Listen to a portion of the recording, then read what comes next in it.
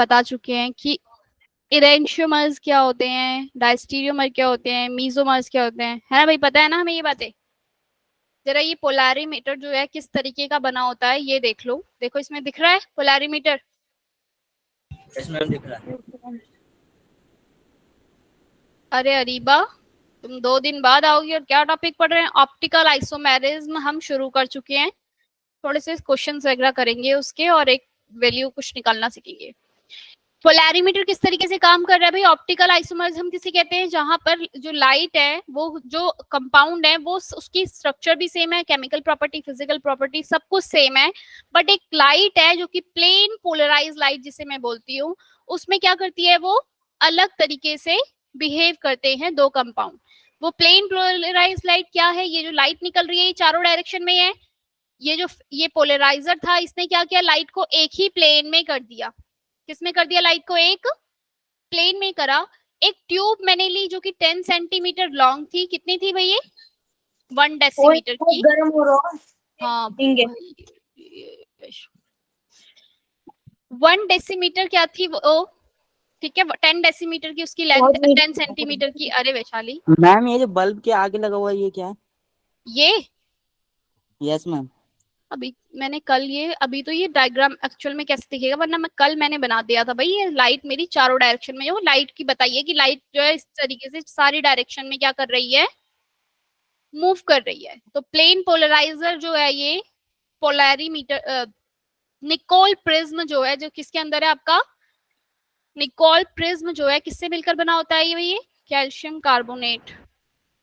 ठीक है, silicate calcium carbonate से मिलता है ये। कैल्सिनाइट बोलते हैं कैल्शियम कार्बोनेट को, पता है किसी को? कैल्शियम कार्बोनेट से ये मिलकर बना होता है। ये जो लाइट है जो चारों तरफ डायरेक्शन में जा रही है, ये क्या करेगा, इस लाइट को सिर्फ एक पर्टिकुलर प्लेन में कर देगा। अभी मैंने एक ही प्लेन में कर देगा, चाहे तुम ऐसे बना लो, चाहे तुम इस प्लेन को, सारे प्लेन हटा देगा, बाकी सिर्फ एक ही प्लेन में लाइट को कर देगा।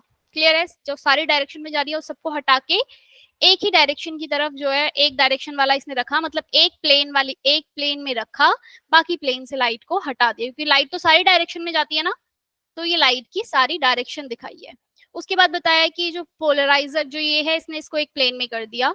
उसके बाद ये जो कंपाउंड से पास हुआ, कहां से पास हुई ये वाली लाइट? ये प्लेन पोलराइज लाइट जो आपका कंपाउंड जो था उससे पास हुई। अब इस कंपाउंड से पास होने के बाद 3 बातें होंगी, या तो ये लाइट ऐसे की ऐसे ही दिखेगी, या हल्का सा इधर को रोटेट हो जाएगी, या फिर हल्का सा इस साइड को रोटेट हो जाएगी, या तो राइट साइड रोटेट हो जाएगी, या तो फिर लेफ्ट साइड रोटेट हो जाएगी।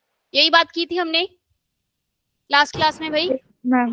ठीक है, ये आंख बनी हुई है यहाँ पे, ये बता दिया भाई, इधर को रोटेट होगा, इधर को। तो एनालाइजर देखेगा किस तरफ इसी रोटेट हुई है, लेफ्ट साइड या राइट साइड, उसी हिसाब से उसके क्या होगी भाई जो। और ये मैं बिना एक्सपेरिमेंट के किसी भी के लिए नहीं निकाल सकती। जो राइट साइड हुई है उनको हम बोलते हैं डेक्स्ट्रो रोटेटरी, या पॉजिटिव साइन लगाते हैं, या लीवो रोटेटरी नेगेटिव साइन लगाते हैं। ठीक है भाई। अब मेरे पास दो हमने क्या किए थे, एक ऑप्टिकल एक्टिविटी के लिए मेरे पास क्या है, क्या बताया था भाई, कौन से कंपाउंड होते हैं ऑप्टिकल एक्टिव? 3 कंडीशंस बताई थी। ऑप्टिकल एक्टिव, या मैं कहूं ऑप्टिकली इनएक्टिव कौन से होते हैं? ऑप्टिकली इनएक्टिव कौन से होते हैं भाई? ऑप्टिकली इनएक्टिव जिसमें भी आपको प्लेन ऑफ सिमेट्री मिल गई। प्लेन ऑफ सिमेट्री मतलब बोले तो, अगर आपने उसे प्लेन से काटा, प्लेन से काटा तो आपने सेम कंपाउंड मिला, ऊपर नीचे दोनों सेम आ रहा है। क्लियर है ये बात? सपोज मेरे पास एक ये मॉलिक्यूल है, ठीक है, साइक्लोब्यूटेन, और ये मिथाइल ग्रुप लगा हुआ है, इस पे CH3 और ये CH3, दोनों के दोनों ऊपर की तरफ है, ये प्लेन में है और ये दोनों कहाँ है? ऊपर की तरफ। तो मैं अगर इसे प्लेन से ऐसे काटूंगी तो क्या ये मुझे मिलेगा? मतलब अगर मैं इसे, क्या ऊपर और नीचे सेम मिलेगा अगर मैं प्लेन से काटूंगी? ये मेरा सपोज एक ब्लेड है और उसमें ऊपर CH3 और ऊपर CH3, अब तुमने ब्लेड को ऐसे काट दिया हॉरिजॉन्टली, तो क्या मुझे सेम मिलेगा ऊपर और नीचे? नहीं मिलेगा। ऊपर तो CH3 मिलेगा, नीचे CH3 नहीं मिलेगा।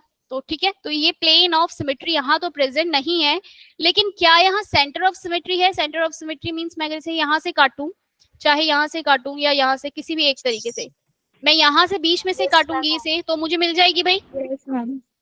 तो मुझे सेंटर ऑफ सिमेट्री प्रेजेंट है यहाँ पे। तो यहाँ अगर सेंटर ऑफ सिमेट्री प्रेजेंट है तो ये ऑप्टिकल इनएक्टिव कंपाउंड है। क्लियर है भाई? Optical inactive. क्लियर है ये बात? मैम ये लास्ट वाली लाइन एक बार रिपीट कर दो। अगर मैं उसे बीच में, अगर जिसमें प्लेन ऑफ सिमेट्री हो या फिर centre of symmetry, centre of symmetry मतलब कि बीच में कहीं एक ऐसा सेंटर जहां से काटने पे दोनों इक्वल पार्ट्स में डिवाइड हो रहे हैं, चाहे ऐसे काट दूं चाहे ऐसे काट दूं, ठीक है, चाहे ऐसे भी काट लूं अल्टरनेट में, मतलब ऐसे क्रॉस में, अगर मुझे इक्वल मिल रहा है तो वो कैसा होगा? Optically inactive. ये कंडीशंस है ऑप्टिकली। या फिर वो कायरल ना हो, not have chiral centre. Chiral मतलब क्या होता है भाई?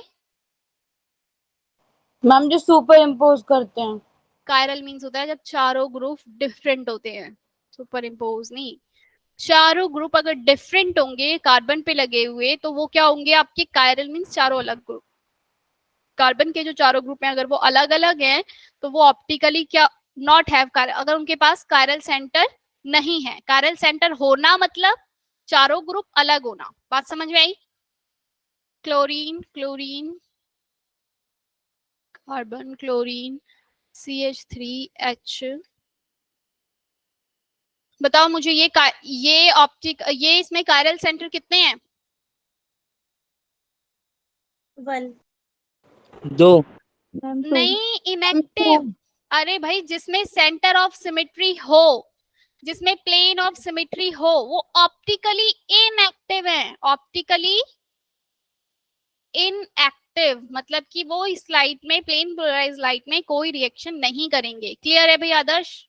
Optically inactive.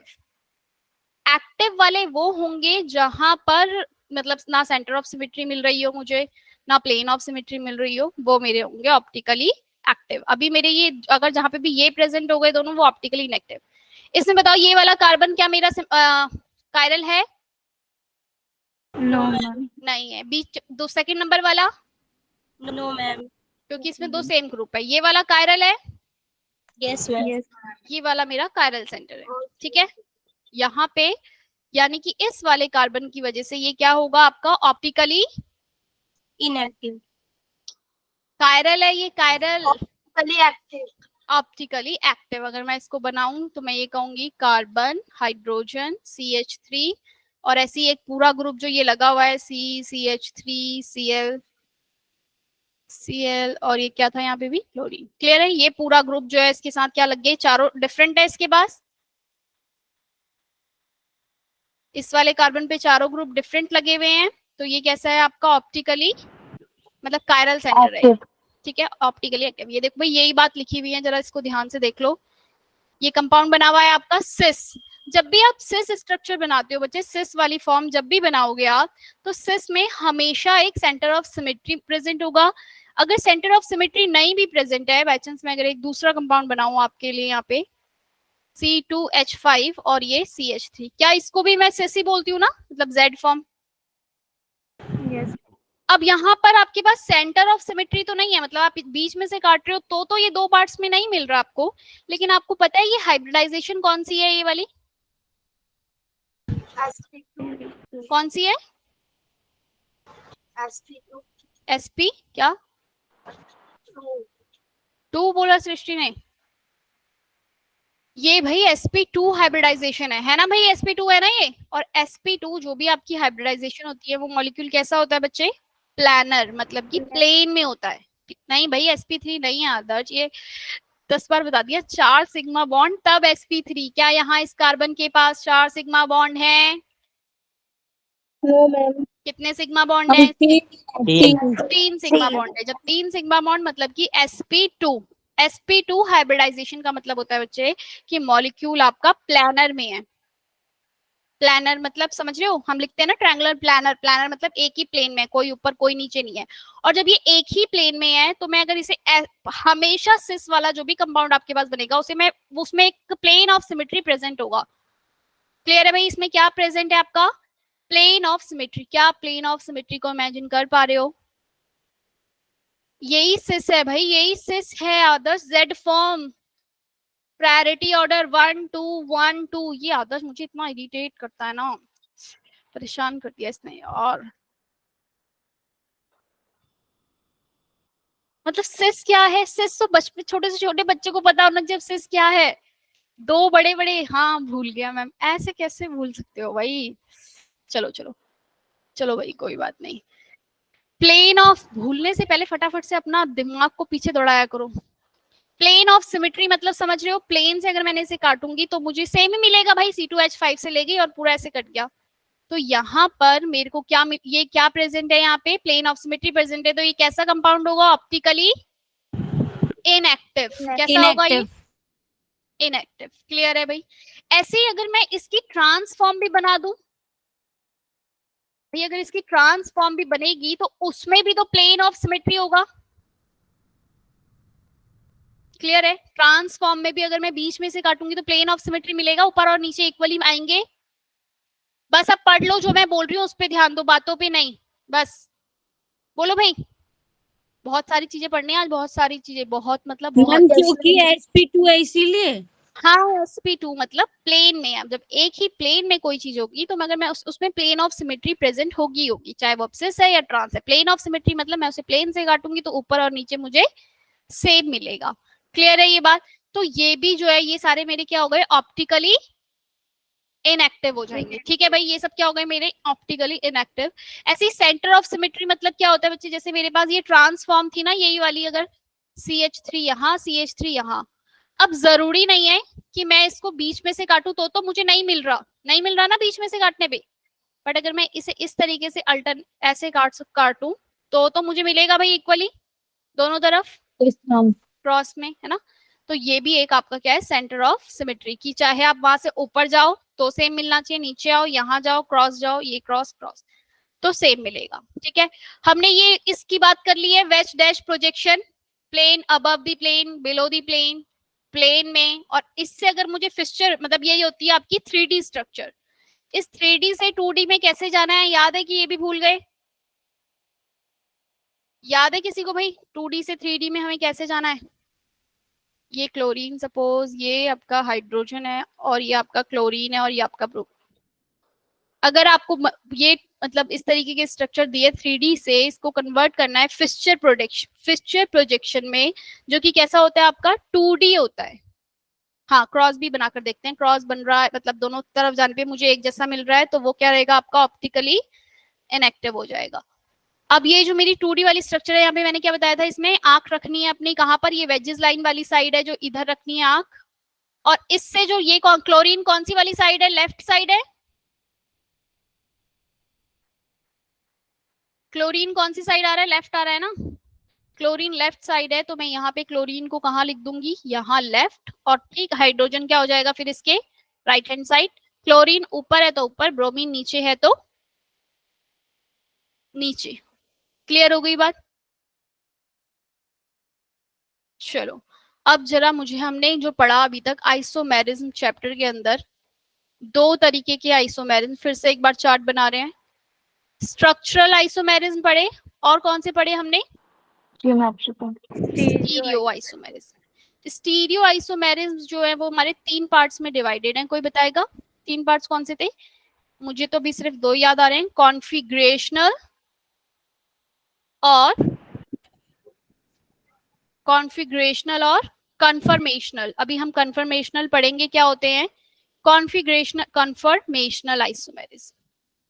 कॉन्फिगरेशनल आइसोमेरिज्म में क्या क्या पढ़े भाई हमने,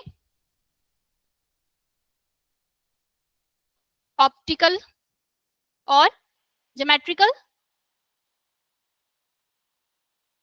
ऑप्टिकल के अंदर अब हमें ज्योमेट्रिकल हो चुका है, ऑप्टिकल के अंदर हमें पढ़ने हैं इनैंशियोमर और डायस्टीरियोमर और डायस्टीरियोमर, ठीक है, एनेंटियोमर, डायस्टीरियोमर। मीजोमर क्या ऑप्टिकली एक्टिव होता है?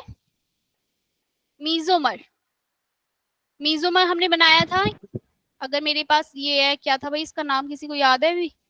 Tartaric acid. ये कौन सी फॉर्म है आपकी?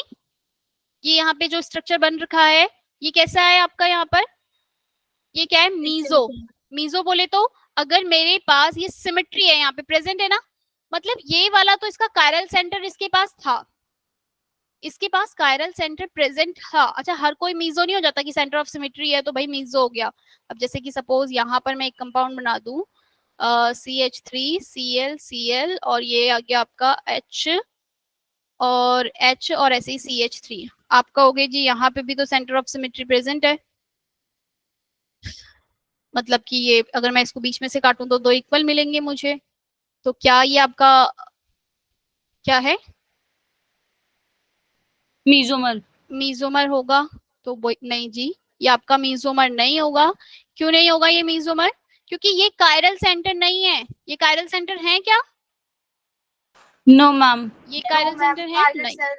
हाँ, तो मीजोमर की कंडीशन ये होती है कि जैसे भाई ये तो कायरल सेंटर इस पे प्रेजेंट था, मैंने कहा यार ये तो ऑप्टिकली एक्टिव होना चाहिए, ऐसे मैंने दूसरा कंपाउंड लिया ये, तो ये भी देखने में मुझे लगा कि कैसा होना चाहिए था, ऑप्टिकली एक्टिव होना चाहिए था, बट ये क्या है यहाँ पर इसकी सेंटर ऑफ सिमेट्री प्रेजेंट है, जिसकी वजह से सपोज ये अगर इस तरीके से लगे हुए हैं, ठीक है ना, इसने अगर लाइट को यहाँ से, लाइट जो प्लेन लाइट जो यहाँ से आई, अगर उसने उसको राइट रोटेट किया, मतलब इस वाली ने क्या कर दिया, फिर इसको दूसरे नीचे वाले ने कहाँ रोटेट कर दिया, उसको वापस से लेफ्ट में रोटेट, मतलब उसकी वही वाली पोजीशन में कर दिया, तो सेम फिर से मुझे वैसे का वैसे ही मिल गया। बात समझ में आई भाई? एक बार एक कंपाउंड, इसने इस वाले कंपाउंड को जो मैंने इधर रखा था एक, इसने तो इस प्लेन पोलराइज लाइट को क्या किया, थोड़ा सा मतलब अगर राइट की तरफ मूव करवाया, तो इधर वाले ने उसको थोड़ा सा वापस से उसकी जगह पे ही कैंसिल आउट कर दिया। मतलब समझ गए ना बात को?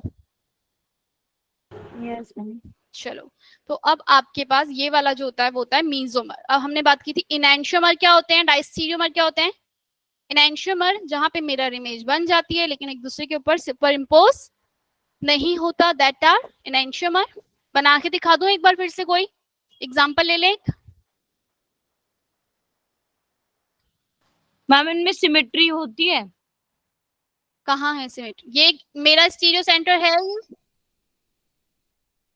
ये बीच में यहाँ पे स्टीरियो सेंटर प्रेजेंट है, ये भी स्टीरियो सेंटर है, चारों ग्रुप डिफरेंट है। अच्छा, ये जो डॉट लगा है ये कार्बन डिनोट कर रहा है, ये किसको डिनोट कर रहा है? कार्बन। तो ये स्टीरियो सेंटर है, यहाँ पे चारों ग्रुप डिफरेंट है इसके, और इधर भी चारों ग्रुप क्या है इसके, डिफरेंट है। तो यहाँ तो भाई ये क्या है, ऑप्टिकली एक्टिव है, ठीक है। अब मुझे इसके, अब जो ऑप्टिकली एक्टिव होता है ना, जैसे मेरे पास एक कंपाउंड था ये वाला, कि मैंने बोला कि CHCl ये कंपाउंड है, बताओ इसके कितने आइसोमर्स होंगे, CHCl। तो आपने कहा जी इसके दो ज्योमेट्रिकल आइसोमरिज्म होंगे, सिस और ट्रांस। अब एग्जाम में इस तरीके को, ये वाला है ना, यही कहोगे ना, दो आइसोमर्स बनेंगे। एग्जाम में क्वेश्चन आ जाएगा ये वाला आइसोमर्स, ये एक स्ट्रक्चर बना है, इसके कितने आइसोमर्स हैं। अब ये तो मैंने पूरा बनाकर दे दिया, वो इसको वैसी वाली फॉर्म में, बंद वाली फॉर्म में लिख कर दे देंगे आपको, मतलब जैसे जहाँ पे एरो वगैरह, मतलब ये डैश वगैरह नहीं डले होंगे। अब बताओ इसके कितने आइसोमर्स बनेंगे। तो आप इसका स्ट्रक्चर पहले ये तो ये वाला बनाओगे, फिक्सचर वाला, फिर आप देखोगे कि क्या ये ऑप्टिकली एक्टिव है। तो हाँ जी, ऑप्टिकली एक्टिव है क्योंकि इसके पास दो स्टीरियो सेंटर हैं। अच्छा, दो स्टीरियो सेंटर होने का मतलब ये नहीं होता कि ऑप्टिकली हो, एक्टिव हो। अभी देखा ना हमने, दो स्टीरियो सेंटर मेरे टार्ट्रिक एसिड में भी थे, लेकिन क्या वो ऑप्टिकली एक्टिव था? No ma'am. नहीं था, ठीक है। तो ये वाली जो फॉर्म होगी इसकी, इसका मैं बताऊंगी एक और स्ट्रक्चर, मैं कहूंगी इसके ये ऑप्टिकली एक्टिव है, तो इसका एक आइसोमर्स तो ये बनेगा जो इसकी मिरर इमेज बन रहा है भाई, एक आइसोमर्स इसका ये। और ये दोनों आपस में कैसे हैं, एग्जाम में कभी कभी ये बना हुआ आता है, यहाँ पे स्ट्रक्चर बना दी एक, और एक स्ट्रक्चर बना दी इसी की, OH OH। बताओ 1 और 2 के बीच में क्या रिलेशन है, ये दोनों क्या है एक दूसरे के, एनेंशियोमर, डायस्टीरियोमर, मीजो आइडेंटिकल हैं या फिर क्या है, फर्स्ट एंड सेकंड, क्या बीच रिलेशन है दोनों के बीच में, फर्स्ट और सेकंड? ये एग्जैक्टली इसका मिरर इमेज बन रहा है, और एक दूसरे के ऊपर सुपर इम्पोज भी नहीं कर रहा, तो ये दोनों क्या है, फर्स्ट एंड सेकेंड इनएंशियोमर्स है। और फर्स्ट और थर्ड क्या है, फर्स्ट एंड थर्ड के बीच में क्या रिलेशन है, क्या ये इसका कुछ भी बन रहा है, हम डायस्टीरियोमर। तो ये दोनों क्या हो जाएंगे आपस में, डायस्टीरियोमर। ऐसे सेकंड और थर्ड भी क्या हो गए आपस में, डायस्टीरियोमर। क्लियर है ये बात, डायस्टीरियो। मैम एक बार डायस्टीरियोमर कब होते हैं बता दो। तीसरी बार बता रही हूँ मैं ये, कम से कम जब से ज्योमेट्रिकल फर्स्ट और थर्ड के बीच में क्या वो उसकी मिरर इमेज बन रहा है, ध्यान से देखो, सेकंड और थर्ड वो दोनों आपस में आइसोमर्स हैं, क्योंकि उनके कोई वो नहीं है, मतलब उनका स्ट्रक्चर फॉर्मूला सेम है, फॉर्मूला जो है वो सेम है उनका, दिख रहा है फॉर्मूला दोनों का सेम ही है, OH है सेकंड पोजीशन पे, थर्ड पोजीशन पे फिर OH है लगा, लेकिन दोनों क्या आपस में मिरर इमेज बना रहे हैं, फर्स्ट और थर्ड और सेकंड और थर्ड। No ma'am. तो फर्स्ट और थर्ड और सेकंड और थर्ड के बीच में क्या रिलेशन हो जाएगा, वो दोनों क्या है एक दूसरे के, डायस्टीरियोमर। डायस्टीरियोमर्स। क्या मैं इसकी मिरर इमेज बना सकती हूँ, CH3 CHO OH OH। Third था ना ये, थर्ड और फोर्थ के बीच में क्या रिलेशन है,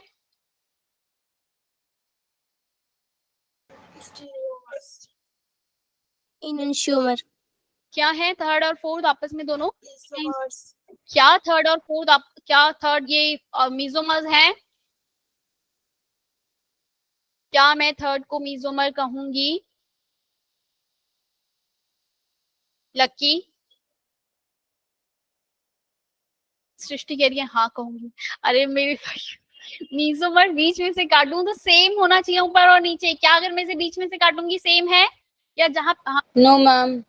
ये दोनों थर्ड और फोर्थ दोनों आपस में क्या है बच्चे, इनएंशियोमर, इन दोनों की मिरर इमेज बन रही है, इनएंशियोमर ये मिरर इमेज है ना इसका। और ऐसे ही अगर मुझसे रिलेशन पूछ लिया जाए फर्स्ट और फोर्थ, सेकंड और फोर्थ के बीच में, तो वो क्या होंगे,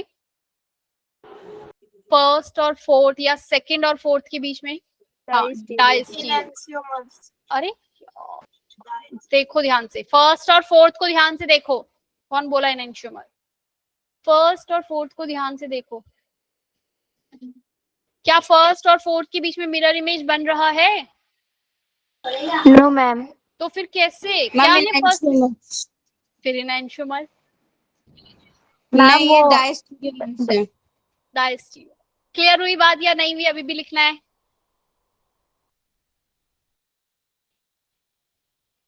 आया समझ में या नहीं आया, नहीं आया मुझे लग रहा है अभी भी समझ में, अरे भाई जल्दी क्लियर करो। मैम आ गया, आ गया।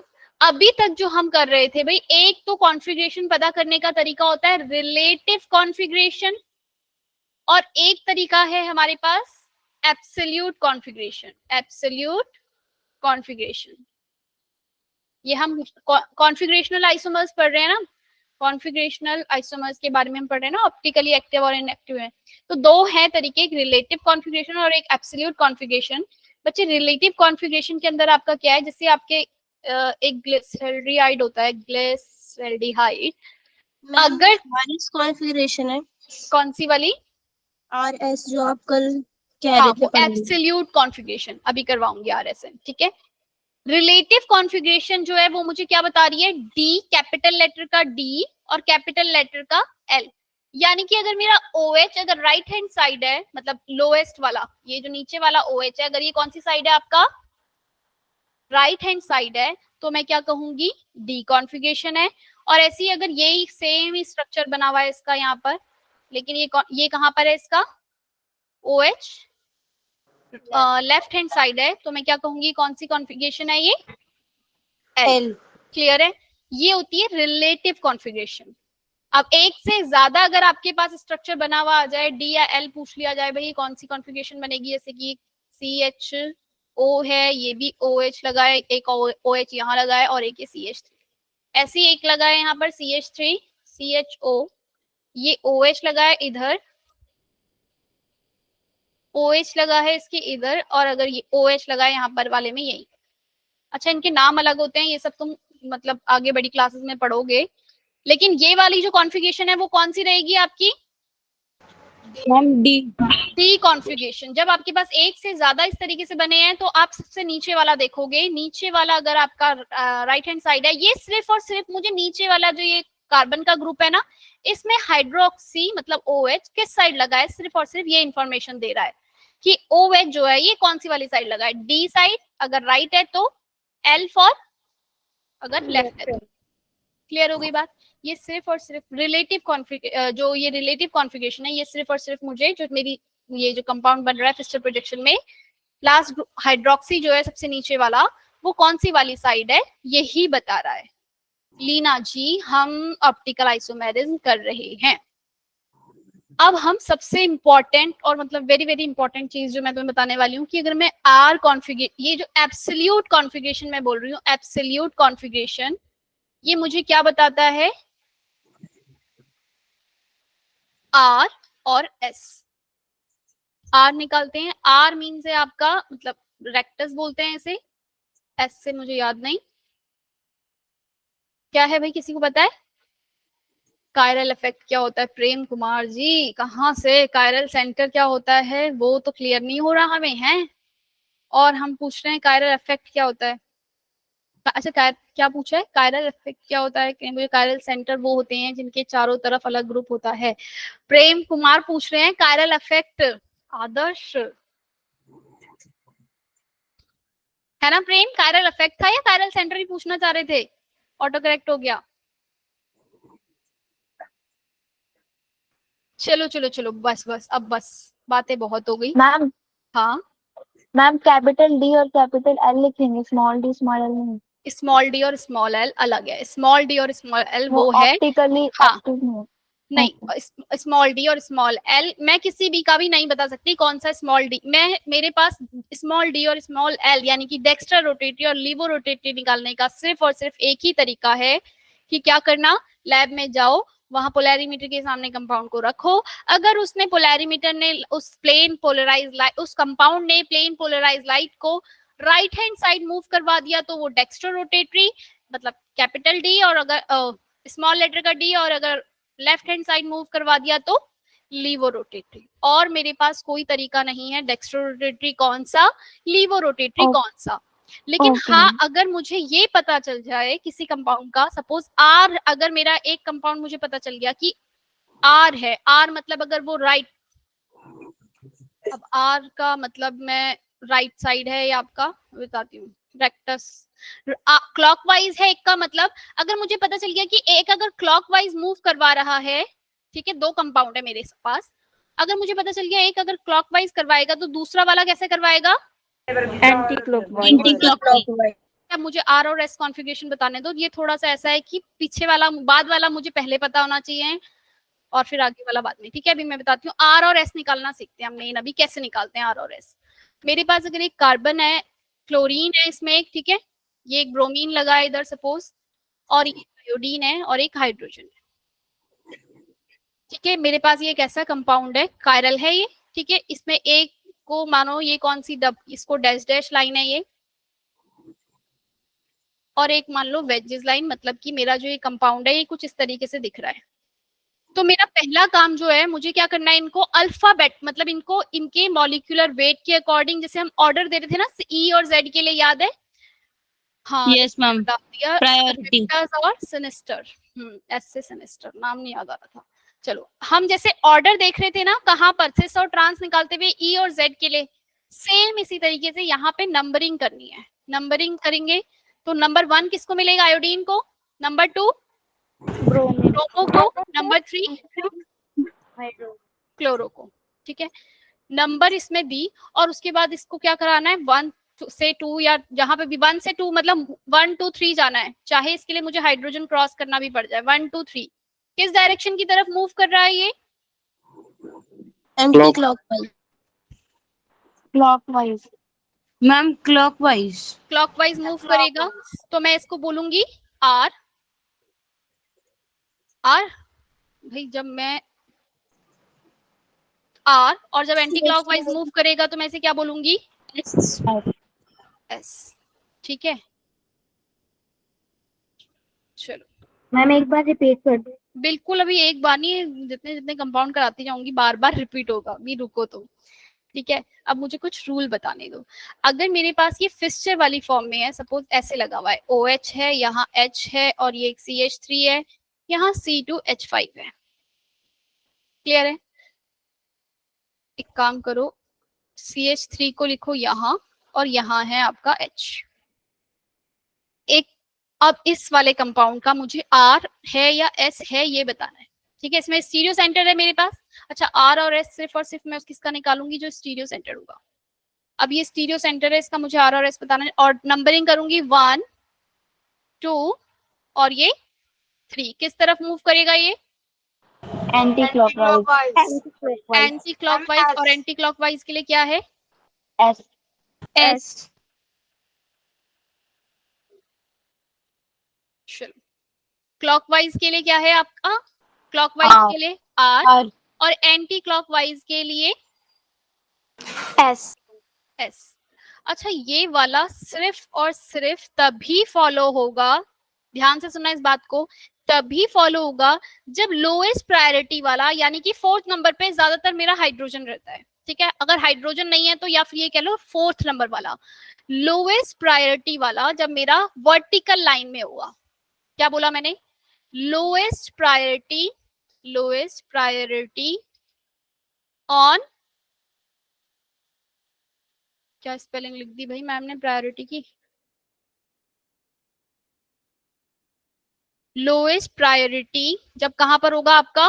When vertical position. Vertical position कोई भी हो सकती है, ऊपर नीचे कहीं पे भी, वर्टिकल लाइन में होना चाहिए। क्लियर हुई बात? तो आपका R इज क्लॉकवाइज, यही था ना अभी, क्लॉकवाइज। yes और S is for anti clockwise. Anti clockwise. तो ये बात याद रखना मेरी। क्लियर है? अगर सेम मैं इसी वाले कंपाउंड को लेते हैं, अब इसी कंपाउंड की बात करें, जरा अपनी कॉपी में बना लो, बार बार मुझे बताते रहना क्या बनाया है मैंने। C2H5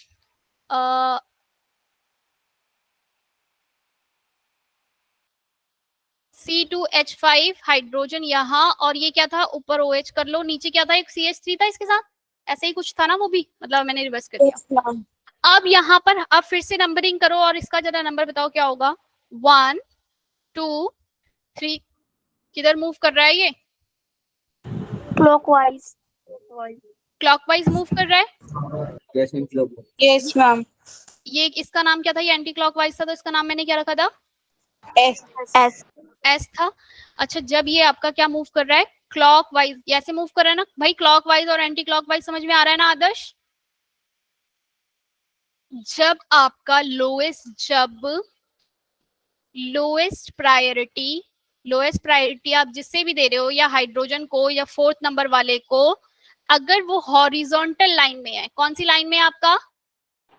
horizontal line. हॉरिजॉन्टल वाली लाइन में है, तब आपका क्लॉकवाइज जो है वो क्या होगा? S। क्लॉकवाइज क्या होगा? S और एंटी क्लॉकवाइज कौन होगा? Ma'am R. R। तो अभी भी ये क्या रहने वाला है? S S। क्लियर हुई बात, हाँ या ना? क्या बोला मैंने?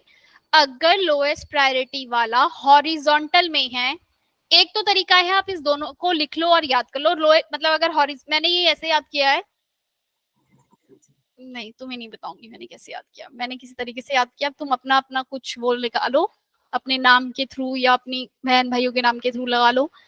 मैंने याद किया था कि जब अगर ये हाइड्रोजन अगर वर्टिकल लाइन में है तो राधा, तो मेरी बहन, वो सीधी यानी कि क्लॉकवाइज, और मैं टेढ़ी तो एंटी क्लॉकवाइज। क्लियर हुई बात? यही किया था ना हमने, R इज क्लॉकवाइज और S इज एंटी क्लॉकवाइज। देखो तुम कितने खुश हो लिए तुम इतनी सी बात पे।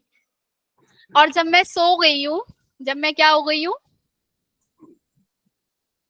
जब मैं लेटी हूँ, तो मैं क्या हूँ?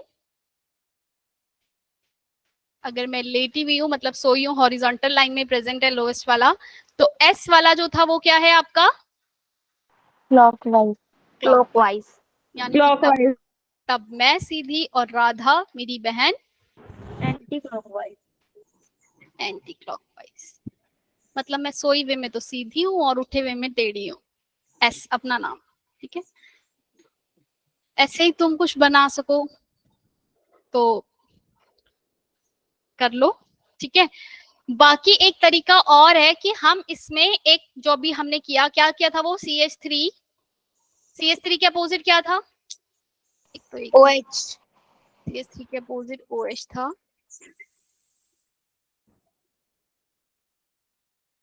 और H के अपोजिट क्या था, C2H5 H के अपोजिट था C2H5, और ये था OH और ये था CH3।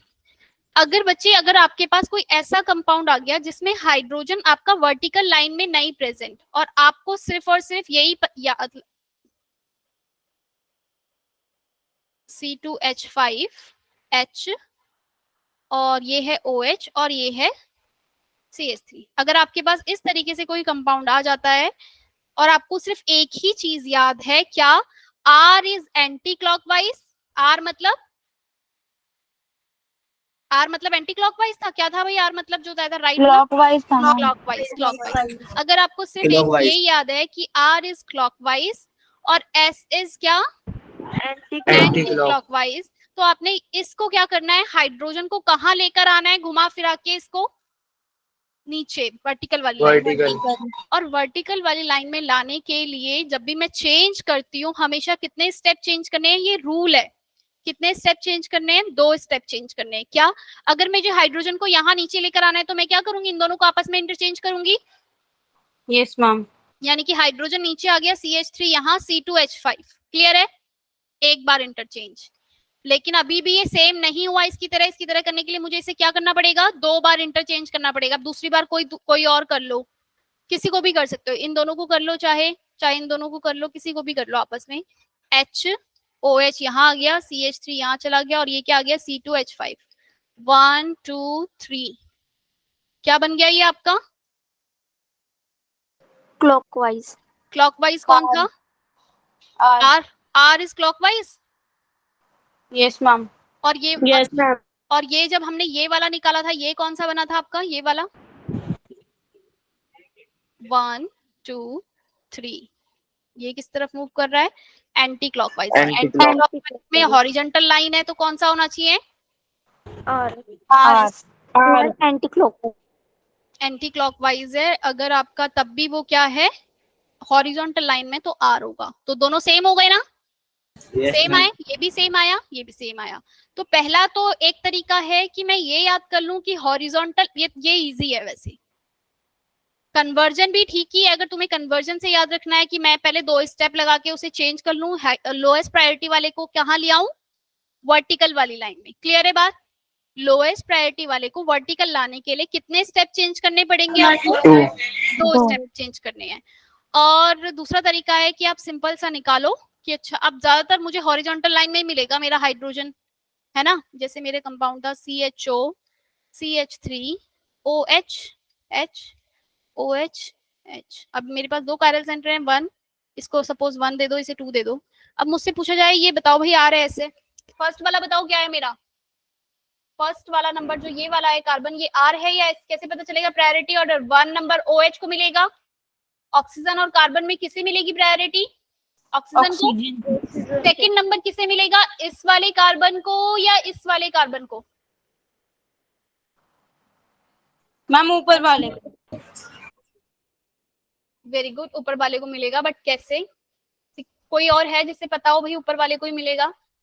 भाई मैं अगर CHO को लिखूंगी, ये वाला कार्बन, ये CHO को लिखूं, एक कार्बन, यहाँ पे भी कार्बन से अटैच्ड है, यहाँ पे भी कार्बन से अटैच्ड है, क्लियर है ये बात, बोलो भाई यहाँ तक क्लियर है, कैसे प्रायोरिटी ऑर्डर कैसे देना है वो सुन लो। मैं इसमें नंबर 2 इसको क्यों दे रही हूँ, मैंने इस कार्बन को काउंट किया, दोनों तरफ कार्बन था, अब इधर लगे थे 2 ऑक्सीजन और 1 हाइड्रोजन, और इस वाले कार्बन के पास क्या लगा था, 1 ऑक्सीजन वाला ग्रुप और एक फिर यहाँ पे CH3 और फिर हाइड्रोजन, इन दोनों में से कौन बड़ा होगा, इसमें 2 ऑक्सीजन लगना मतलब इसके पास कितने ऑक्सीजन लगे हुए हैं,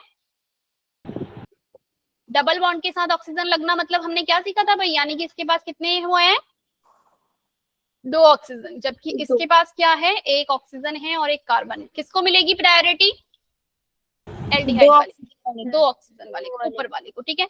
तो number 2 is this. Ma'am oxygen एक ही तो है। अरे एक ही है, लेकिन मैं जब उसमें डबल बॉन्ड लगता है ना एल्डिहाइड, जैसे हम मैंने सिस और ट्रांस के टाइम पे, जेड वाले के टाइम पे करवाया था ना, जब ऐसे दो double bond, C double bond ऐसे लगा था, तो हम क्या कर रहे थे, यानी कि ये कार्बन दो तरीके से लगा है। वैसे ये वाला बॉन्ड जो है किसने कितने लगे हैं, लगा नहीं है इसमें। प्रायोरिटी ऑर्डर देने के लिए मानूंगी कि इसके जो दोनों बॉन्ड हैं वो कहाँ यूज हो रहे हैं, कहाँ पे जाके लग रहे हैं, ऑक्सीजन। क्लियर है अरबाज? अब Yes, ध्यान ma'am. दे देना, दो ऑक्सीजन लगे हैं वहां पे। हाँ मैम हमने नीचे वाले OH को क्यों फर्स्ट प्रायोरिटी नहीं दी? नीचे वाले, अरे मैं सिर्फ इसी वाले कार्बन की बात कर रही हूँ अभी। Okay ma'am. सिर्फ इस कार्बन की निकालना है मुझे कि ये आर है या एस है, इसकी एब्सोल्यूट वैल्यू निकालनी है कि ये आर है या फिर एस है। अब ये आर है या ऐसे कैसे पता चलेगा, 1 2 और ये 3 नंबर कहाँ मूव कर रहा है, ये एंटी क्लॉकवाइज। कैसे मूव कर रहा है भाई ये, एंटी क्लॉकवाइज। और एंटी क्लॉकवाइज अगर मेरा हॉरिजॉन्टल में हाइड्रोजन लगा है और ये एंटी क्लॉकवाइज मूव कर रहा है, तो क्या होगा इसका नाम, आर या फिर एस? आर।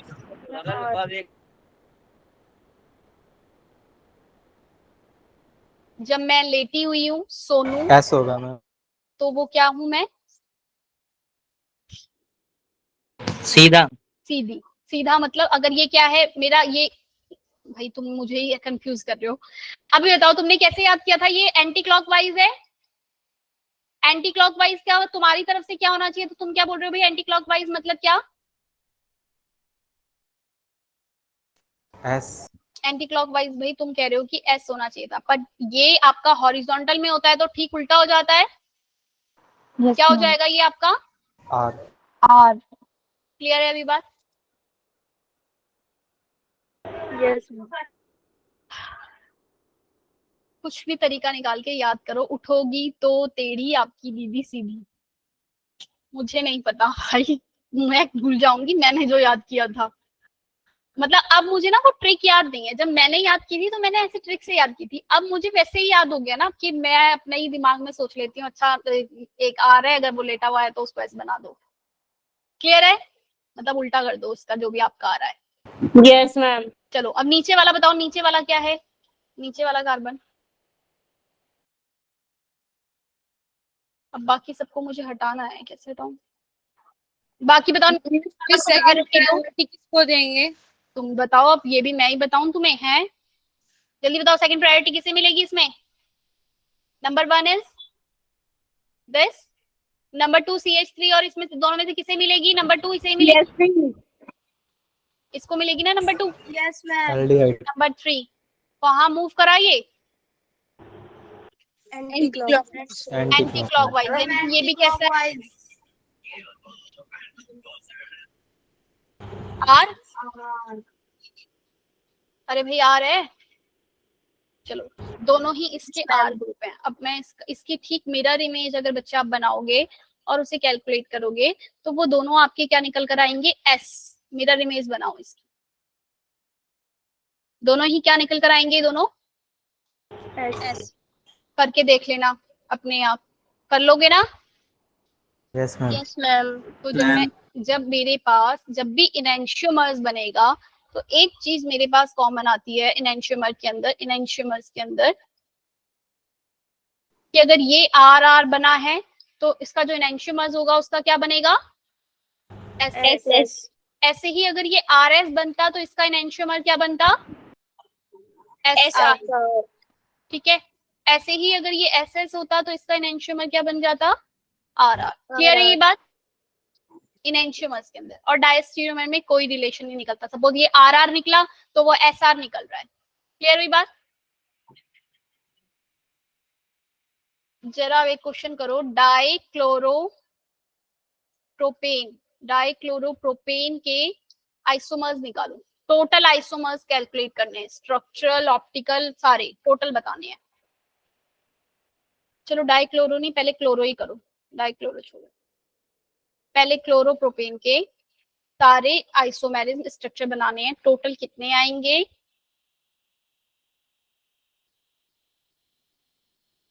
कोई कुछ पूछ रहा है क्या?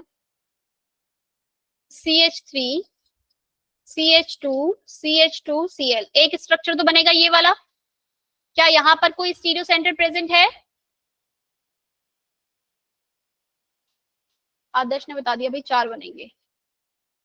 सेकंड CH3CHCl CH3, दूसरा ये बनेगा।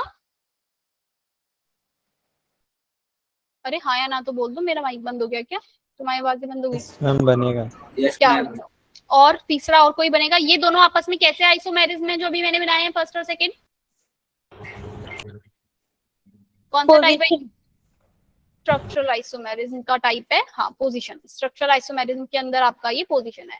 और कोई आइसोमेरिज्म बन सकता है इसके? हाँ मैम इस सेकंड वाला तो नहीं बनेगा ना, ये तो क्यों? 2 क्लोरो प्रोपेन हो जाएगा। तो मैंने क्लोरोप्रोपेन के बोले, क्लोरोप्रोपेन में 2 क्लोरो बना लो, कैसा 1 क्लोरो बना लो, कैसा भी बना लो। Okay ma'am. ठीक है, तो ये दोनों आपस में कैसे आइसोमेरिज्म है? Structural isomerism. अरे नियो नियो पियो कुछ नहीं है यहाँ पे, अब नियो मियो करके क्या कर रहे हो? नियो वगैरह नहीं लगाओ अभी, पहले मुझे बताओ। उसने बोला है टोटल आइसोमेरिज्म बनाने हैं क्लोरोप्रोपेन के। तो क्लोरोप्रोपेन 1 क्लोरो 2 क्लोरोप्रोपेन तो बन गए आपके स्ट्रक्चरल आइसोमेरिज्म, 2 बन गए। क्या 2 के अलावा और कोई भी स्ट्रक्चरल आइसोमेरिज्म बनता है क्लोरोप्रोपेन का? क्योंकि और मैं तीसरे स्ट्रक्चर जो भी बनाऊंगी वो मेरी क्या हो जाएगी? सेम ही आ जाएगी, है ना।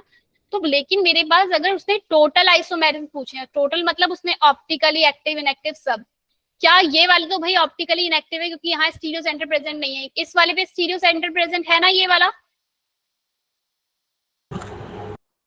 बोलो भाई हाँ या ना, ये स्टीरियो सेंटर प्रेजेंट है। तो इसका एक बनेगा इस तरीके से, यानी कि एक इसका क्या बनेगा? ऑप्टिकली एक्टिव वाले, मतलब एक ऑप्टिकली एक्टिव, एक राइट वाला और एक, या ये आर या ये एस, या ये एस और ये आर, दोनों में से कुछ एक चीज होगी बात। तो इसके अगर टोटल आइसोमेरिज्म मुझसे पूछे जाए कितने बनेंगे, तो मैं क्या बोलूंगी कितने बनेंगे यहाँ पे? अरे भाई नहीं, ये भी मेरा कहाँ, तुम बच्चे भी ना। Yes ma'am. क्या ये ऑप्टिकली एक्टिव है? मैम कायरल ही नहीं है यहाँ पे। ये तो कायरल है ही नहीं भाई, सिर्फ इसके 2 ही आइसोमर्स हैं। चलो अब करो अगला 2 क्लोरोप्रोपेन वाला, डाइक्लोरोप्रोपेन। डाइक्लोरोप्रोपेन इसके बनाऊं CH3 CH2 CHCl2, पहला ये। दूसरा तरीका क्या है मैं इसका?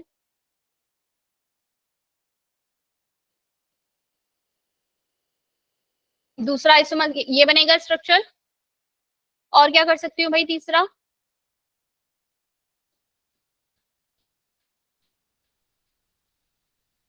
इसके बनेंगे भाई 4 आइसोमर, बनेंगे इसके 4।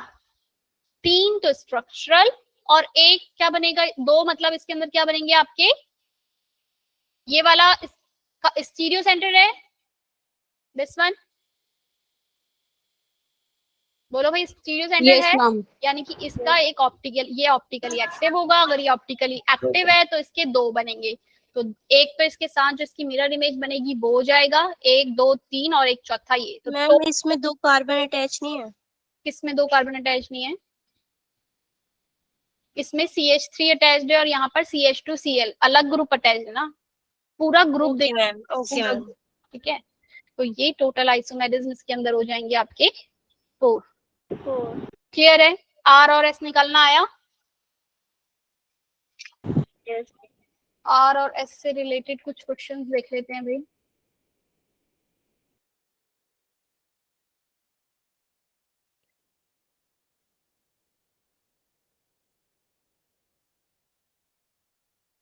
ये सब मैं करवा चुकी हूँ, किसी को अगर पढ़ना हो तो एक बार पढ़ लेना, ठीक है। तो पीछे कंफर्मेशनल आ गया है।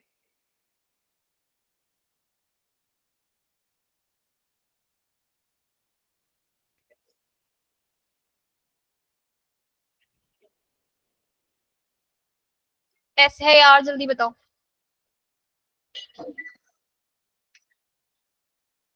मुस्कान क्या कह रही है? कौन सा वाला ऑप्टिकली एक्टिव नहीं होगा? कौन सा वाला? अब मैं खो गई हूँ भाई, कहाँ ढूंढूं मैं उसे? यही बताओ मुझे, ये आर है या एस है? आर। प्रायोरिटी ऑर्डर किसको दोगे, ऑक्सीजन को या नाइट्रोजन को? Ma'am oxygen. ऑर्डर पे लगाओ और बताओ।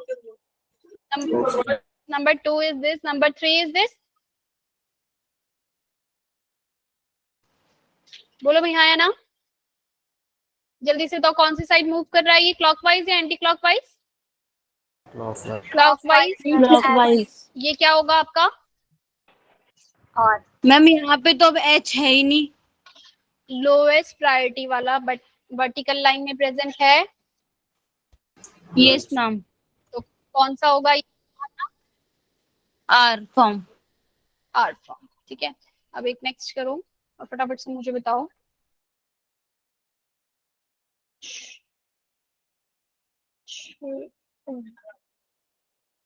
ब्रोमीन, हाइड्रोजन,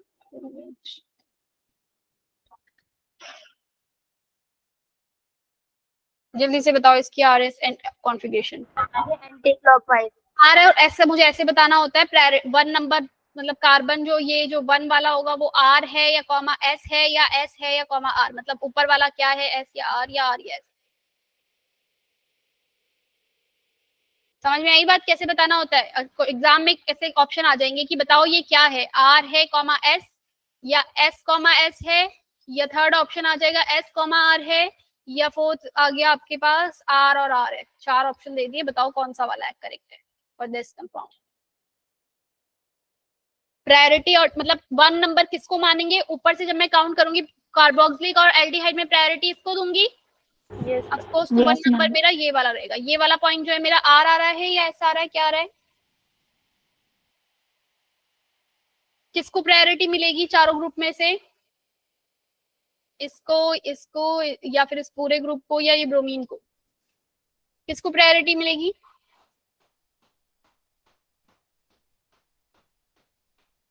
मैम ब्रोमीन को। Very good. सबसे हमें प्रायोरिटी किसको देंगे हम? ब्रोमीन को प्रायोरिटी मिलेगी। क्लियर है ये बात? 1 नंबर किसे? लवी, अब क्या करने आ रही हो? 1 नंबर इसको, फर्स्ट वाला आर है। इस पूरे ग्रुप में किसको दूंगी प्रायोरिटी? 2 नंबर इसे, थर्ड नंबर इसे। ये बात क्लियर है? कार्बोक्सिलिक को 2 नंबर मिलेगा और नीचे वाले को थर्ड। 1 2 3 किस तरफ मूव करना पड़ रहा है मुझे? क्लॉकवाइज मूव करना है, क्लॉकवाइज मूव करना है। तो ये कैसा होगा? एस। एस। आर क्यों नहीं है आपकी बात? क्योंकि जो लोएस्ट प्रायोरिटी है वो कहां पर है? हॉरिजॉन्टल। Horizontal. हॉरिजॉन्टल लाइन में है, तो आपका जो क्लॉकवाइज होता है वो एस होता है। क्लियर है ये बात? तो पहला वाला है एस, दूसरा वाला क्या है? रोजी क्या पूछ रही है? Why why why. वो भी एस है। Yes ma'am. दोनों एस है। दोनों एस है। दूसरा वाला देखो, प्रायोरिटी ऑर्डर किसे मिला? 1 इसको, 2 नंबर किसे मिलेगा दोनों में? इन दोनों में 2 नंबर किसे मिलेगा भाई? मैम ऑक्सीजन वाले को। ऑक्सीजन वाले को कैसे भाई? ऑक्सीजन कहाँ से आ गया? ये रहा ना, हाइड्रोक्सी को मिलेगा ना 1 नंबर। मैम सेकंड बता रहे थे। हाँ, सेकंड वाला किसको मिलेगा? एल्डिहाइड को या ऊपर वाले को?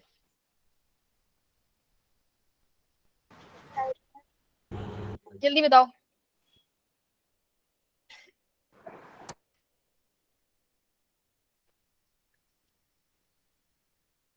एल्डिहाइड को मिलेगा या ऊपर ब्रोमीन वाले कार्बन को मिलेगा?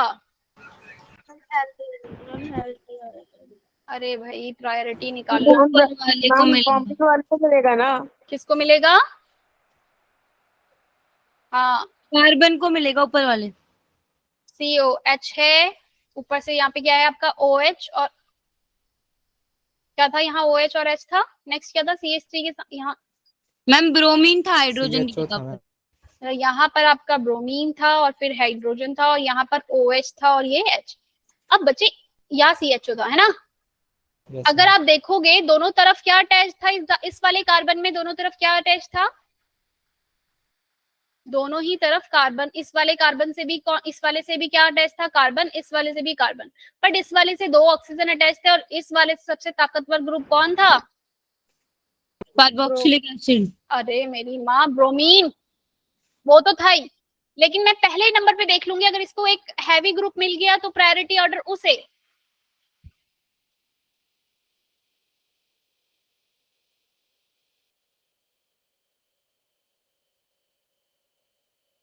तुम्हें पूरे उसमें, अरे भाई बस भी कर लो, कितना खुश हो जाते हैं बच्चे बिल्कुल। छोटा भीम देखा है नाटक, छोटा भीम? छोटा भीम आता था, अरे हाँ या ना बोल दो भाई। यस मैम हाँ मैम। तो देखा है। उसमें छुटकी जो इतना खुशी से उछलती है ना, मतलब तुम इतने खुश हो जाते हो, मैं तो वैसे ही इमेजिन करती हूँ, वैसे दोनों टांग ऊपर उछाल उछल के। रानी इंदुमती, अरे वाह बिल्कुल। इंदुमती थी वो? अच्छा, छुटकी मैम रानी इंदुमती तो रानी इंदुमती कोई और थी भाई, वो छुटकी थी। ठीक है, चलो बस। अब ये वाला जो ये प्रायोरिटी ऑर्डर 1 इसको, 2 इसे और 3 इसे, तो अब ये किस तरफ मूव कर रहा है आपका? एंटी क्लॉकवाइज मूव कर रहा है। एंटी क्लॉकवाइज के लिए कौन था भाई? आर। एंटी क्लॉकवाइज के लिए ये वाला आर। तो पहला वाला क्या निकला मेरा? एस। दूसरा वाला क्या निकला? आर। तो एस और आर अगर मैं बोलूं तो यानी कि third option is correct for this. Clear है? Yes ma'am.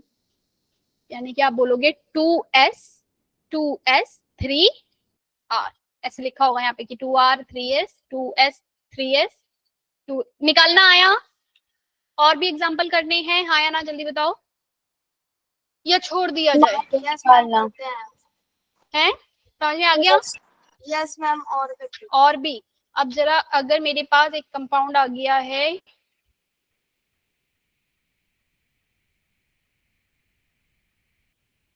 CH3 hydrogen SH और है OCH3, अब किसको प्रायोरिटी मिलेगी? कौन सा होगा?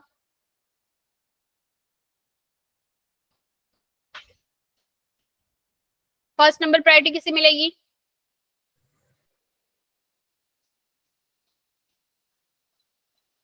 मैम SH को। Yes ma'am. Next second number इसे, थर्ड इसे, फोर्थ इसे। एंटी क्लॉकवाइज मूव कर रहा है, यानी कि क्या होगा ये? एस। क्यों? क्योंकि वर्टिकली हाइड्रोजन जो है, वर्टिकल मतलब लोएस्ट प्रायोरिटी वाला। गोपाल बंसीवाल क्या कह रहे हैं?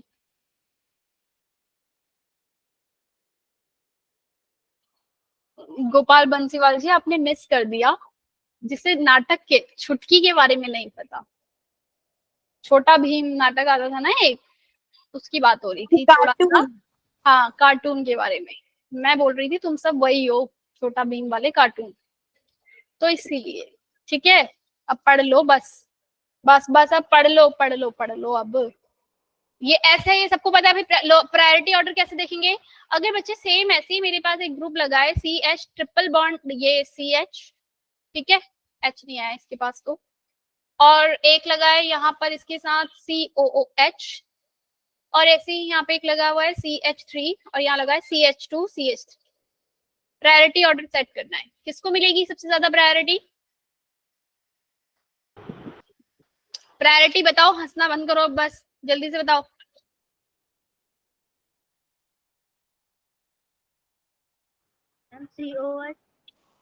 फर्स्ट नंबर किसको मिलेगा? COH को फर्स्ट नंबर मिलेगा। Good. Second number? Ma'am triple bond.